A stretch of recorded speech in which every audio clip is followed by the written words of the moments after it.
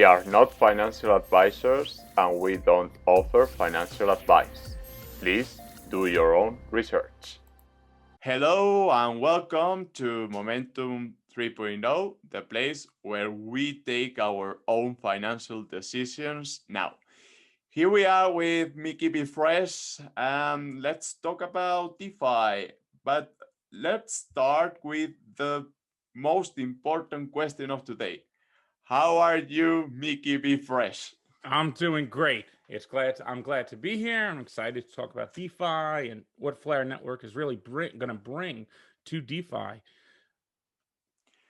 Nice. Let's talk about the intro, the general idea. What is DeFi and why do we need DeFi? So I think DeFi is really important to understand. At its core, you remove the middlemen that we have in all these legacy systems that have been the gatekeepers and the rent takers for so many years. And now we replace that by these smart contracts and a software to allow it to do automatically. And this really revolutionizes the whole concept of financial services. So now all these banking products typically that were done by banks, these financial products could be done by everyday users out of their self-custody wallets without the KYC, AML, and all that at the moment, but they don't have to worry about the censorship, or they don't have to trust a bank to do those financial services for them. They could borrow and lend. And we've really only seen the beginning of what DeFi is possible on Ethereum. And it's just the tip of the iceberg. And I think it's starting to gain a lot of attention now. And we're going to start to see more mature solutions come. And I think that's where Flare Network comes in as pretty much the first platform that's going to be able to handle that at a more of a enterprise grade scale. Yeah, you talk about enterprises. What is your opinion about the who? Who is able to participate in DeFi, in decentralized finances? So right now, it's mostly just your retail users of crypto. There are minimal VCs that are in there acting as market makers and liquidity providers, but we really need to connect the CeFi to the DeFi. And that's, I think, when we'll see the explosion happen and we get better custody for the institutions where they'll come together. But right now, it's just very nascent market. And the liquidity is building. Like, look at Uniswap, for example. When they're putting more volume out than Coinbase, I mean, that makes people notice. And I think we're going to see this monumental wave because with DeFi, there's very high yield. And the traditional markets, there's no yield. So it's only a matter of time before they find their way in. And when they come, it's going to be a rush, just like when they first got into Bitcoin and corporates like MicroStrategy and Tesla are buying Bitcoin. Next is going to be who's getting into DeFi from the hedge funds and traditional markets.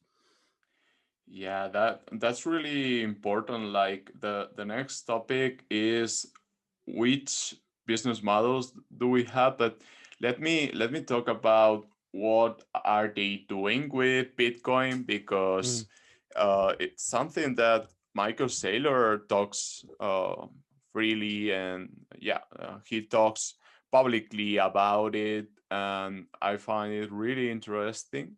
They first buy it with bots and they buy a lot of dips algorithmically, so they accumulate that way, and right now they are starting to use Bitcoin to get loans. They use Bitcoin as collateral, and if they don't pay, they will lose their collateral. In this case, it's Bitcoin. So which business models do you think that are the next wave? Well, going by what you're saying there, I think we could kind of get an idea of how they're using like the bots just to get the liquidity without moving the price. So I think tapping into at some point the decentralized exchanges, like we were saying, Uniswap right now is the biggest, doing as much as Coinbase in volume. It's only a matter of time when we could get the market makers and bots to connect those CeFi like Coinbases and the decentralized exchanges, then you could tap into that liquidity. And lending is obviously a big thing. That's kind of pretty much I think, get their toes wet with using Bitcoin as collateral, because that's what they're holding, and then getting the liquidity. So once we could see more of that integration into these DeFi protocols from the exchanges, that's going to be when I think we'll see that boom, and they could build more business models around it. And then they could build their own financial applications for their corporate customers on top. And then we just keep making the stack big, taller and taller. Okay. Let us remind the audience that we will follow up. This is the first episode. So we will ramp up with insurance, okay? Because this is something that I think will be the next wave. Like, if you are willing to use a protocol, you do need an insurance company, and you are willing to pay big money in order to insure your smart contract.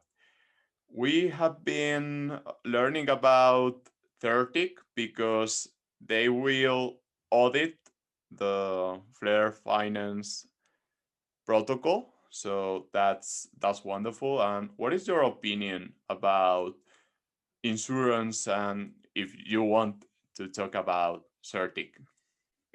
So Certic is getting a lot of traction right now, and they audited Kava as well. Yeah. Just to remind the viewers with that, and they cover them, and they show a display of how many Certic tokens are actually covering that. And I think insurance is really going to be a big category for all of DeFi, and I think we're going to branch out. So this is right now the projects that are live. Now, when the projects start up, I think we're going to see more of that.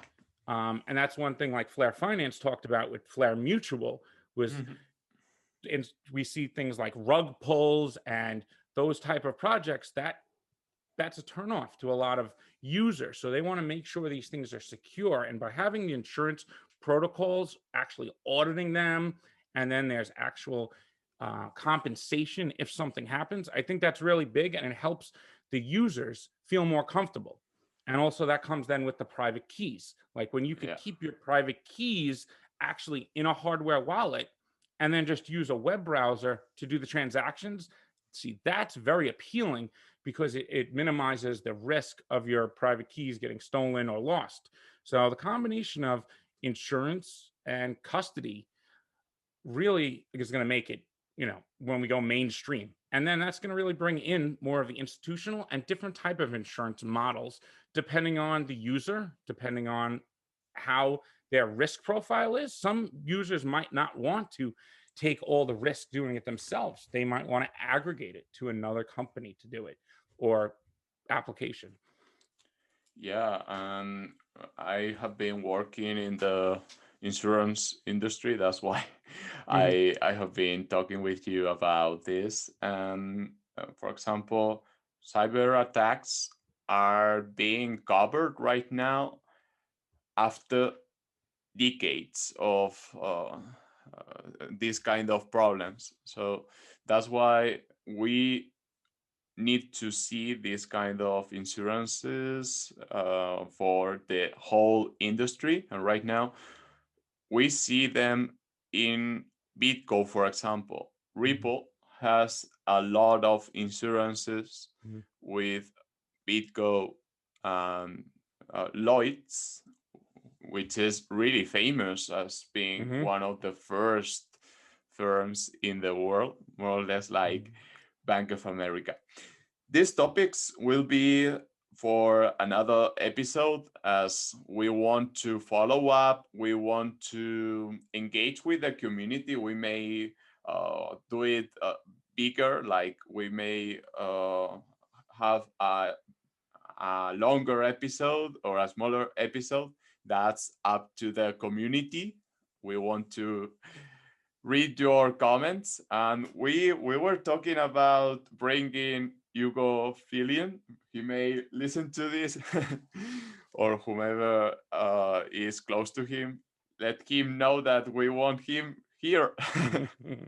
Yes, we want more information to understand Yeah. how we could best maximize our user experience on Flare. We really got to understand the network, and then once we get it, then we could help everyone else understand, and then maximize our profits.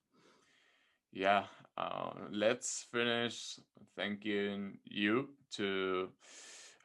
for being so didactic or so pedagogically easy to follow. Okay, Thank you. so that's wonderful. Like the way you teach us is wonderful. Is perfect. So let's go on hearing you in your channel, okay? And Thank you. the link is in the description below. Yeah, let's hear from the community in order to answer questions or whatever you want. Please leave it in the comment down below.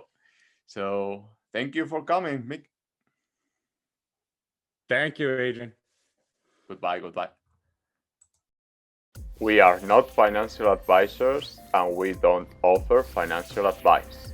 Please do your own research.